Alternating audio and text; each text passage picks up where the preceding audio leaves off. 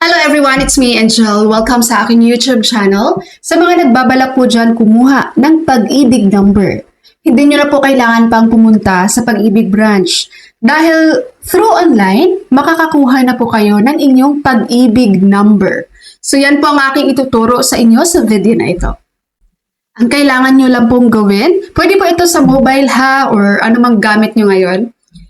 Punta lang po kayo sa Google Chrome at i-search nyo po itong Pag-ibig Virtual Account. I-click nyo po itong Virtual Pag-ibig Fund na website. Click nyo itong box ng I have read. Click Proceed. And then, click ang Be a Member. I-click nyo ang Register. I-click nyo ang Continue. And then, meron po tayong dalawang paraan sa pag-register po ng Pag-ibig number. So, basahin nito guys itong sa baba. Itong click here if you don't have a national ID. Click here to register using your national ID QR code. Let's say for example, ang pipiliin mo ito. Click here to register using your national ID QR code. So, i-click mo yan. Lalabas po ito. Basahin mo lang to guys ha. And then, i-click mo tong OK. Pagdating mo po dito, i-click mo lang dito yung allow while visiting the site or allow this time. And then dito po, it's either i-scan nyo ang QR code ng national ID nyo or ito ang pipiliin nyo, upload QR code. Kung upload QR code naman, so select files nyo lang. Tapos kunin nyo kung saan nyo sinave yung QR code nyo sa inyong national ID. And then i-click nyo lang tong validate QR code. Pagpasok nyo dyan guys, sundan nyo na lang kung ano yung mga next step na hihingiin po sa inyo. Okay, so yun po ang gagawin kapag mag-register kayo using your national ID.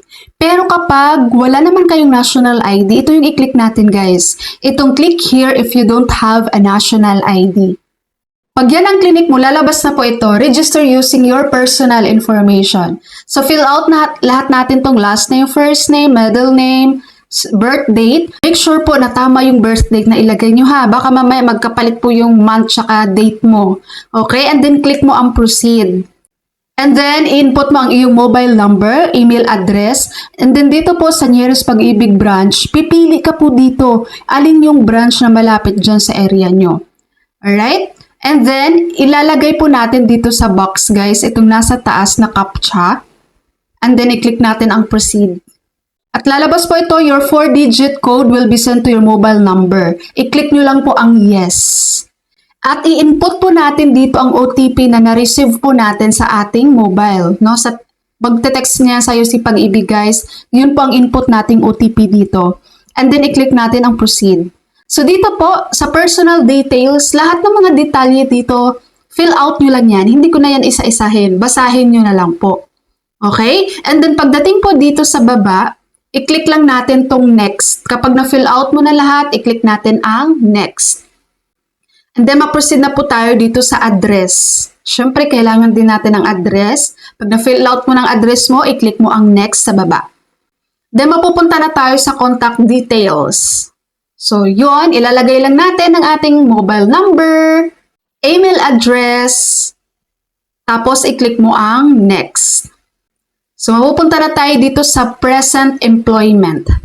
Dito po sa employment category, i-click mo lang dito ha, first time job seeker ka ba? So, i-click mo lang yan. O kaya first employment, or kaya with previous employment. So, pili ka na lang dyan guys. Okay? Let's say for example, ang pipiliin ko ay first time job seeker. So, automatic man ito na hindi mo na kailangan i-fill out yan.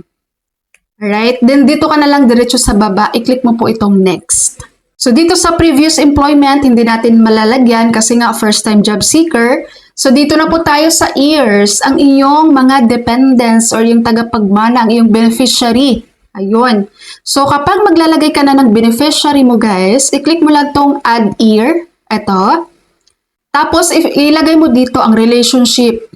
Birth date niya, last name niya, first name, middle name, and then i-click mo ang save. Kapag na-click mo na yung save, ay makikita mo dito guys ang iyong beneficiary.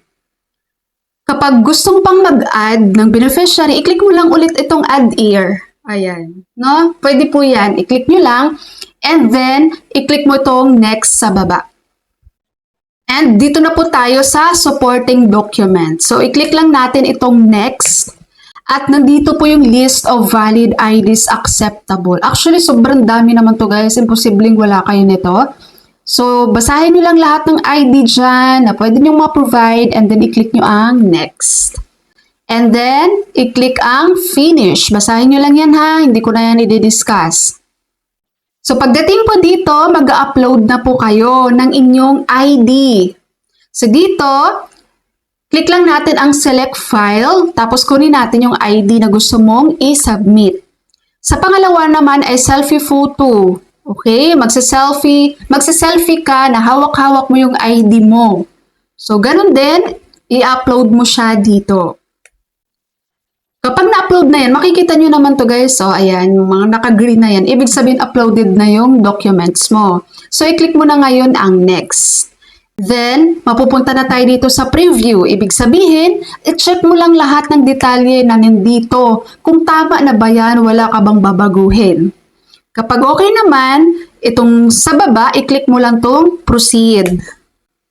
Tapos, i-click natin itong yung box na ay hereby, tapos ay allow pag-ibig, and then i-click natin ang submit registration. At lalabas pa ito, you have successfully registered to Pag-ibig Fund. Congratulations!